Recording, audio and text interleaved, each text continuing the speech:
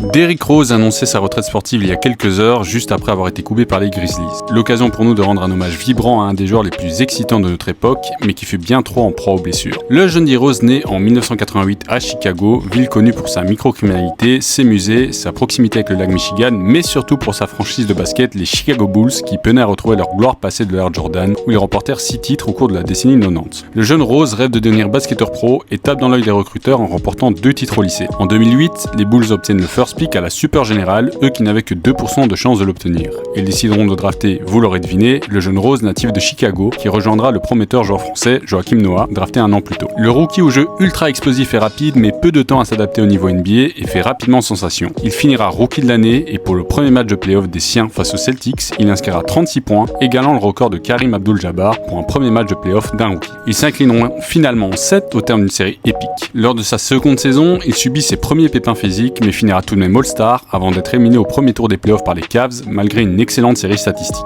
Et puis vint la troisième saison. Le numéro 1 est injouable. Drive, vivacité, aérien, dunk un pied, 2 pieds, finition, le meneur mène les siens vers les sommets et ils finissent la saison avec le meilleur bilan de la ligue, également grâce au concours de ses coéquipiers tels que Carlos Boozer, Joachim Noah et Lou Holding. Ces prouesses lui vaudront le titre de MVP devant un certain LeBron James.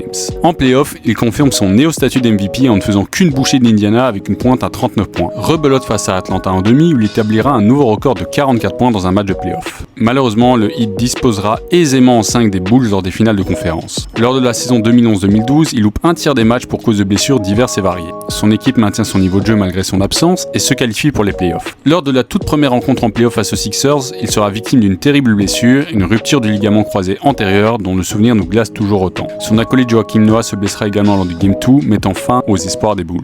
Encore aujourd'hui, beaucoup attribuent ses blessures à Tom Thibodeau, coach des Bulls à l'époque, connu pour ses systèmes réduits où les joueurs jouent énormément de minutes et disposent de peu de temps de répit. Il reviendra la saison d'après, mais au 10e match, ce sera le ménisque du genou droit cette fois-ci qui le privera une nouvelle fois des parquets. Lors de la saison 2014-2015, il retrouve peu à peu son niveau d'antan avant d'avoir une rechute et de devoir être opéré à nouveau. Malgré cela, il inscrira un buzzer beater iconique face aux Cavs qui reste aujourd'hui un des instants les plus mémorables de l'histoire NBA. Par la suite, il sera finalement transféré aux Knicks puis aux Cavs, etc., etc. Le joueur ne parvenant plus à retrouver son niveau d'avant blessure. Le 31 octobre 2018, comme un chant du cygne destiné à tous les nostalgiques de ces glorieuses années, il inscrira 50 points face au Jazz et réalisera également le contre victorieux. Le joueur finira en pleurs, ému, en communion avec tous ses fans, tant cette prestation est symbolique et importante quand on connaît ses déboires depuis sa première blessure. Il deviendra ensuite un journeyman pour ses dernières années dans la Grande Ligue, avant d'être coupé par les Grizzlies cet été et annoncer sa retraite dans la foulée. Malgré ses regrettables blessures, D. Rose restera à jamais un des joueurs les plus excitants à avoir joué de l'histoire NBA, explosif à souhait, 2 fois médaillé d'or, 3 fois All-Star, rookie de l'année et évidemment, plus jeune joueur à avoir remporté le titre de MVP. À Chicago ou ailleurs, nombreux sont ceux à arborer son maillot et à avoir commencé à regarder la NBA pour D. Rose. En témoignent les nombreux votes pour le joueur chaque année pour l'All-Star Game malgré qu'il ne soit plus au niveau. Sa carrière est probablement le plus grand what-if de l'histoire NBA. Pour toutes les émotions que tu nous as fait ressentir durant ton prime et l'abnégation dont tu as fait preuve face à l'adversité des blessures, un très grand merci Monsieur D. Rose et bon repos.